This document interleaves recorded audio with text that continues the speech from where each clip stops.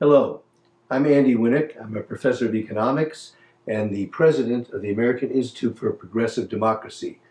We're an action-oriented think tank located in Claremont, California.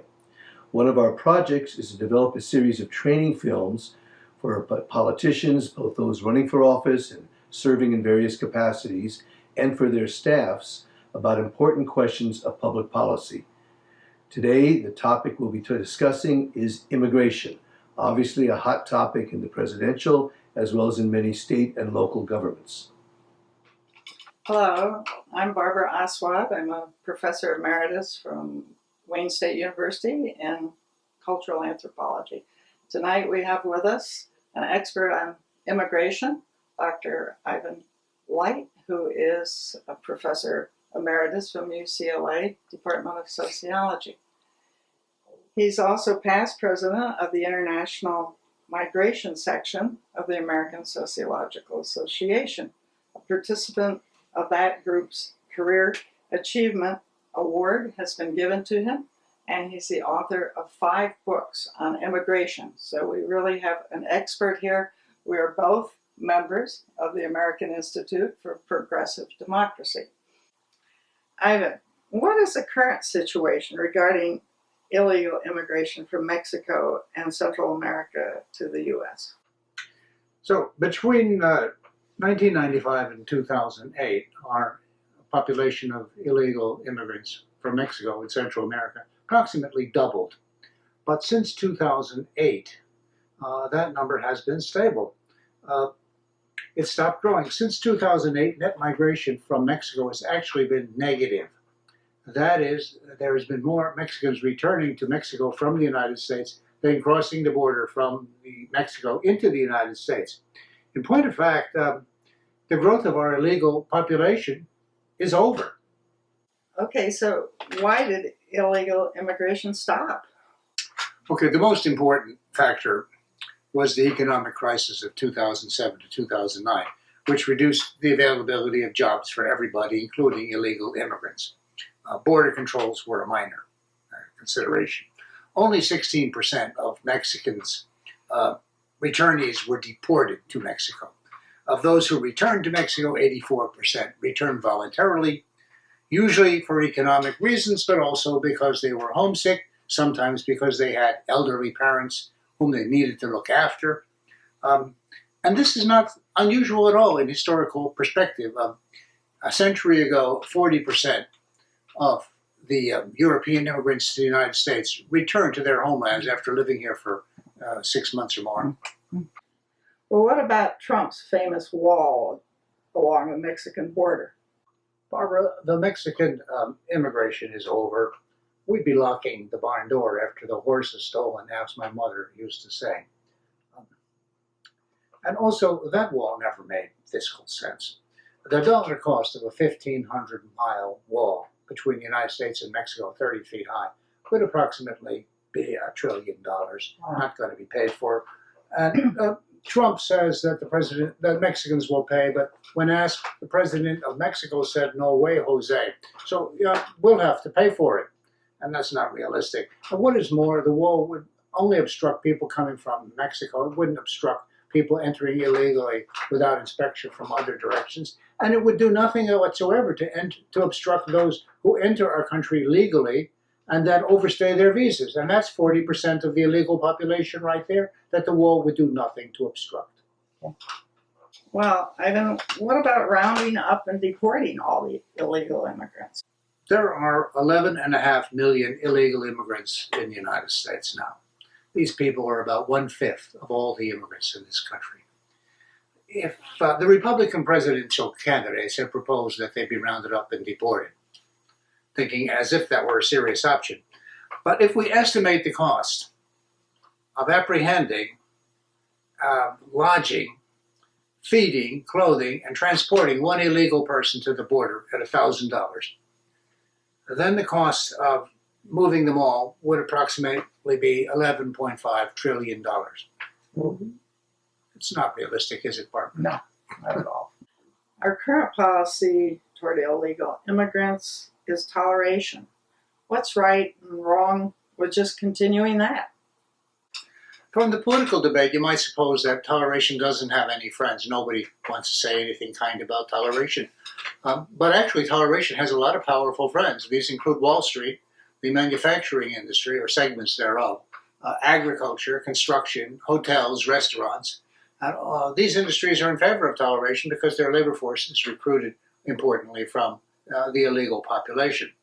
So politicians don't praise toleration, but in fact they vote for it, and there are very good reasons to suppose that they'll continue to vote for it unless some other alternatives can be proposed that really catch on. And I'm sorry to say there aren't really any great alternatives out there that are going to evoke huge enthusiasm in the population.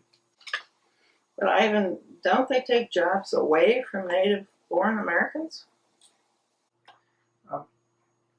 The economic research shows only a slight negative effect in terms of the immigrants taking jobs from non-immigrants. But I live in Los Angeles, and if I look around, I can see that a lot of industries are very impressively stocked with immigrants. These would include the restaurant industry, the hotel industry, the garment manufacturing industry, the construction industry, the gardening industry. And I'd say that in these cases, it looks to me like immigrants are filling a niche that the Americans won't fill. On the other hand, if there were no immigrants here, possibly the wages in these industries would go up high enough that there would be Americans who would like to take the job.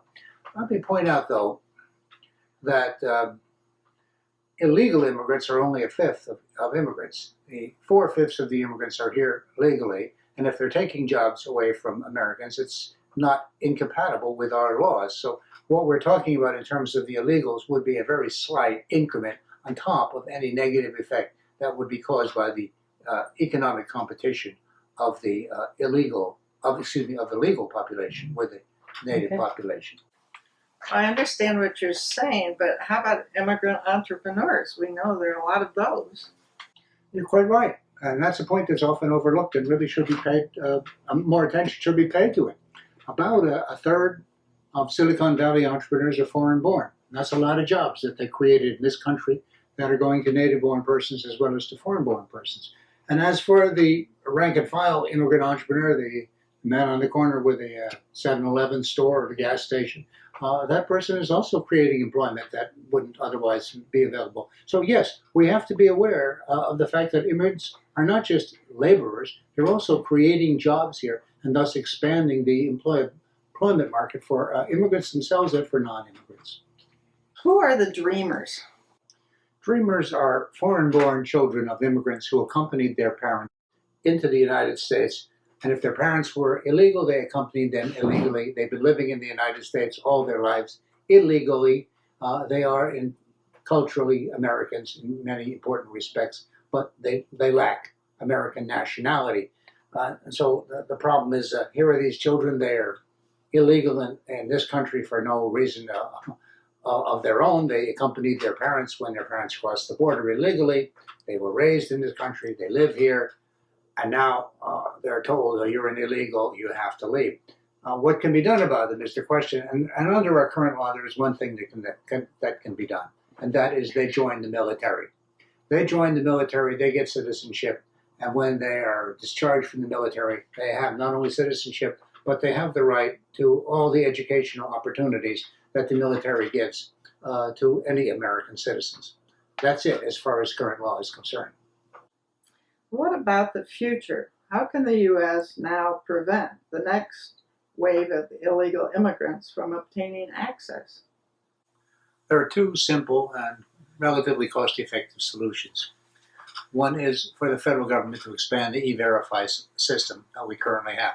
And that would be requiring employers to consult their list of legal workers before they hire anyone. And anyone who's not on that list cannot be hired. On pain of a fine, significant fine, or possibly even imprisonment. As matters now stand, an illegal worker can buy bogus papers in the park, very inexpensively, show them to an employer, and that employer is then free of any legal liability for employing him or her. So this E-Verify system, if it were expanded and made mandatory, would reduce that option. It wouldn't prevent an employer from hiring an illegal worker. It would just raise the risk of doing so to include a big fine or possibly even imprisonment, and thus it would reduce the number of people who could be hired in this way. There is a second and often overlooked alternative to that, which might also supplement it or be used instead of it, and that is to raise the minimum wage by some hefty amount, say to $15, and I'm talking federal minimum wage. Now, the idea here is if you raise the federal minimum wage to a significant amount, then you basically price low-wage businesses out of your country. And since the illegal immigrants are almost exclusively employed by low-wage businesses, these businesses would then have to shut down. And when they shut down, they would have to go someplace else, presumably to a country that tolerates them, maybe Honduras or Guatemala. And so when these businesses shut down, they take with them the illegal workers who otherwise would have come to our country. And therefore, by raising the minimum wage, the federal minimum wage, not the state, the federal minimum wage, the United States would render itself less attractive to employers of low-wage labor and drive away some of the low-wage immigrant workers who come here, especially, but not especially the illegal immigrant workers. Well, what makes these measures attractive? All right, these policy measures are attractive because they work, they're cheap, and they can be adjusted in the future as needed. There would be complaints, of course, about both of these measures. If you expand the E-Verify system, the complaint would be that the government has become too obtrusive. People wouldn't like that. If you raise the minimum wage, the complaint would be that you're depriving youth, teenagers, and minorities of legitimate opportunities for employment that you don't want to deprive them of. But if the overriding policy goal is really to reduce illegal immigration, then you're going to have to accept that there's going to be some collateral damage. And I would point out that people who cannot accept either an expansion of the E-Verify system or a higher minimum wage should reconsider their feelings about toleration of the existing illegal population, because, frankly, that's the realistic alternative to either of these. Just a minute. Isn't legalization unfair to people who waited in line for an immigrant visa? Yes, that's quite right. Toleration is highly unfair to people who were in the waiting line and who didn't get a visa. If Americans care enough about justice to those people, Congress can rectify the problem simply by awarding immigration visas to all Mexicans and Central Americans who were registered as seeking a visa in 2009, and then let them come into this country on a visa and say, bienvenidos a los Estados Unidos. Well, what about illegal immigration in other countries?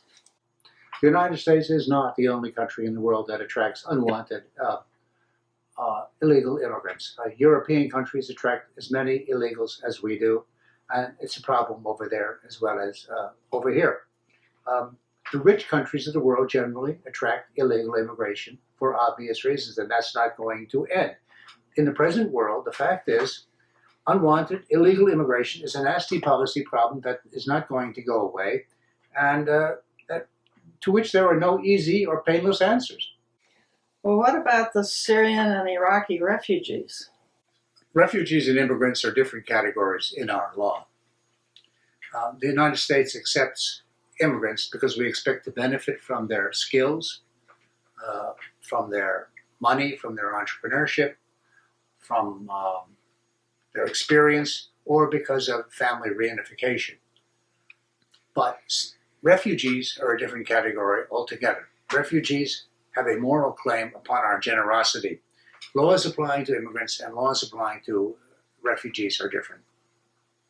Well, thank you, Ivan, very much for this discussion of a complicated situation. It's important for the immigrants themselves, for all of us, and for policymakers. So thank you very much. Well, thank you, Barbara, for asking these questions. I wish some of the politicians would pay attention and would acquire a minimum knowledge of this subject before they shoot off their mouth. So do I.